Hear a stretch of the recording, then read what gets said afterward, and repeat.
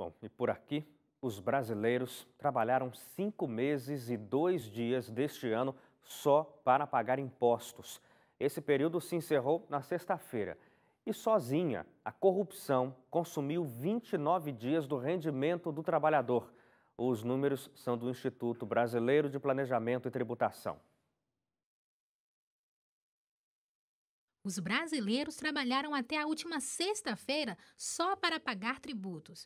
Foram 153 dias de trabalho no ano só para pagar impostos. De acordo com o Instituto Brasileiro de Planejamento e Tributação, cerca de 42% de todo o rendimento ganho é destinado a impostos, taxas e contribuições exigidos pelo governo federal, estadual e municipal.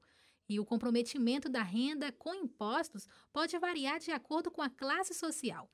Para quem ganha algo entre 3 e 10 mil reais, o peso dos tributos é maior. Chega a comprometer quase 45% de toda a renda. Já para quem ganha mais do que 10 mil, a mordida é um pouco menor, de 42%. O Brasil está na 8ª posição do ranking que compara os dias necessários para pagar tributos, atrás da Noruega. Mas para o IBPT, a diferença é que na Noruega, a população tem retorno dos tributos em forma de serviços públicos de alto padrão, o que é muito diferente da realidade do Brasil. Além disso, só a corrupção consumiu 29 dias de trabalho dos brasileiros. O comentário de José Carlos Cataldi de hoje é justamente sobre esse período apontado pelo IBPT. Amigos, a corrupção está nos fazendo trabalhar mais para poder suprir a sanha implacável da União, do Estado, do município, nos impostos que nos cobram. Veja você que o Instituto Brasileiro de Planejamento e Tributação concluiu pesquisa mostrando que trabalhamos de janeiro até a última sexta-feira, dia 2 de junho, 153 dias, só para fazer face ao que nos é cobrado em tributos direta ou indiretamente. É realmente uma situação aflitiva para todos nós, que estamos aí, nessa situação tão delicada, ainda tendo que cobrir aí esse pessoal que não paga imposto do executivo, que recebem verbas a título de indenização. É auxílio paletó, auxílio moradia e outros auxílios por aí afora, que pagos sob a forma de indenização não são tributáveis.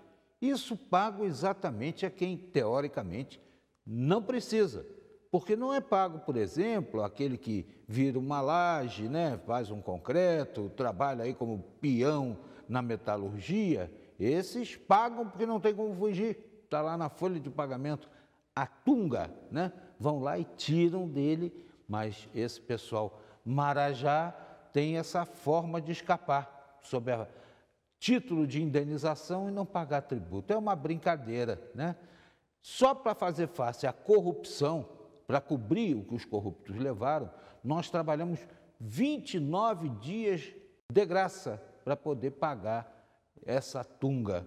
Brincadeira, E a gente reclamava na época dos anos de chumbo, com a ditadura militar, anos 70, em que se chegou a trabalhar 46 dias para pagar todo esse rumbo, que hoje a gente leva 6 meses para poder pagar.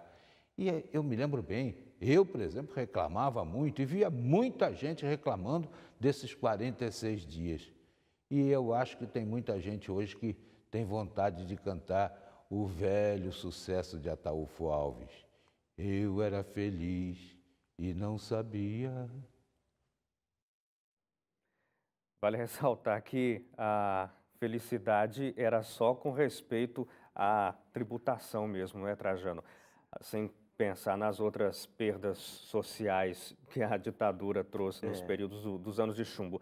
Agora, o importante disso tudo, dessa discussão, Trajano, não é tanto a quantidade de impostos que o Brasil paga. A nossa matéria mesmo mostrou que há países que cobram, inclusive, mais, e países de primeiro mundo, como Noruega, por exemplo. O Brasil está atrás da Noruega nessa quantidade de dias trabalhados para se pagar os impostos. O problema no nosso país é outro, é a aplicabilidade disso. Acho que nós temos problemas das duas dimensões, né? Da cobrança mal feita e principalmente da aplicação dos recursos. Nós, no bloco anterior, falamos do Congresso Nacional parado em função dos problemas políticos. Daí, um tema que seria importante para as reformas do Congresso Nacional.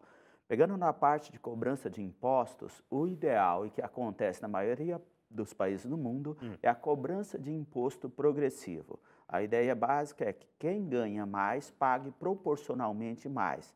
E no Brasil, a carga de imposto progressiva não é tão significativa quanto proporcional. O que é o imposto progressivo? Vamos pensar no imposto de renda. O sujeito que ganha menos não paga imposto de renda. E quem ganha mais paga proporcionalmente mais. Por exemplo, na Alemanha, a alíquota de imposto de renda de até 60% da renda. Agora, no Brasil, para em 27,5%, independente da renda maior que isso. Ou seja, quem ganha hoje R$8.000 por mês paga exatamente a mesma proporção do que quem ganha 800 mil por mês. Então, o ideal era uma progressividade maior nessa conta de imposto de renda. E o maior problema é que nós temos essa carga de imposto de primeiro mundo e serviços públicos de quarto.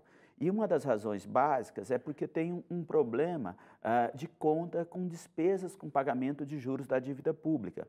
O Brasil tem uma das maiores taxas de juros no mundo e qual o resultado? Hoje nós gastamos 4 vezes mais pagando juros do que os gastos com saúde. 6 vezes mais pagando juro do que os gastos com educação na esfera federal. Então, qual o resultado? Pagar juros não resulta em benefício direto para a população brasileira. Apenas alguns poucos ligados ao mercado financeiro ganham com isso. E a maior parte da sociedade brasileira paga o imposto sem o retorno desses investimentos feitos. Haja vista, inclusive, o que a população sofre, por exemplo, com coisas básicas, como o próprio saneamento, que é uma obrigatoriedade dos municípios, que recolhem também impostos, e a gente tem mais da metade dos brasileiros sem acesso. Então, nós temos problemas de saneamento básico, problemas na área de segurança pública, que também falta investimento, mas, sobretudo, hoje, o grande problema que nós temos na gestão pública brasileira é na área de saúde. Então, ou seja, agora com essa situação de crise que aumentou a necessidade de saúde pública, irem à saúde pública para a maior parte dos brasileiros, ou seja, em torno de 2 milhões de pessoas perderam seus planos médicos, isso fez com que ocorresse uma demanda por saúde pública. Qual o resultado? Não tem dinheiro para comprar medicamento, não tem um serviço público de saúde com qualidade. Infelizmente, isso não vai ser recuperado se depender das políticas aprovadas. O ano passado, nós aprovamos a PEC do teto dos gastos públicos. E o que é isso? Então, os gastos diretamente ligados à população não aumentarão nos próximos 20 anos. Estamos falando dos investimentos, dos gastos sociais, com saúde, educação, assistência social como um todo. Então, isso é muito preocupante. Se isso fosse acompanhado por uma redução da carga tributária, até que se vá. Eu, por exemplo, eu não defendo aqui uma redução na carga tributária. Ao meu ver, nós temos que fazer duas coisas. Melhorar a forma de cobrança, mais imposto direto, cobrando mais daqueles que ganham mais. Por exemplo, tem uma proposta em discussão, imposto sobre grandes fortunas. Vamos avançar nesse campo e, principalmente, melhorar a distribuição dos recursos para atender mais diretamente a população brasileira. Nós temos que lembrar que no regime militar, como o nosso amigo Cataldi colocou, a carga tributária era menor, mas saúde pública era muito limitada.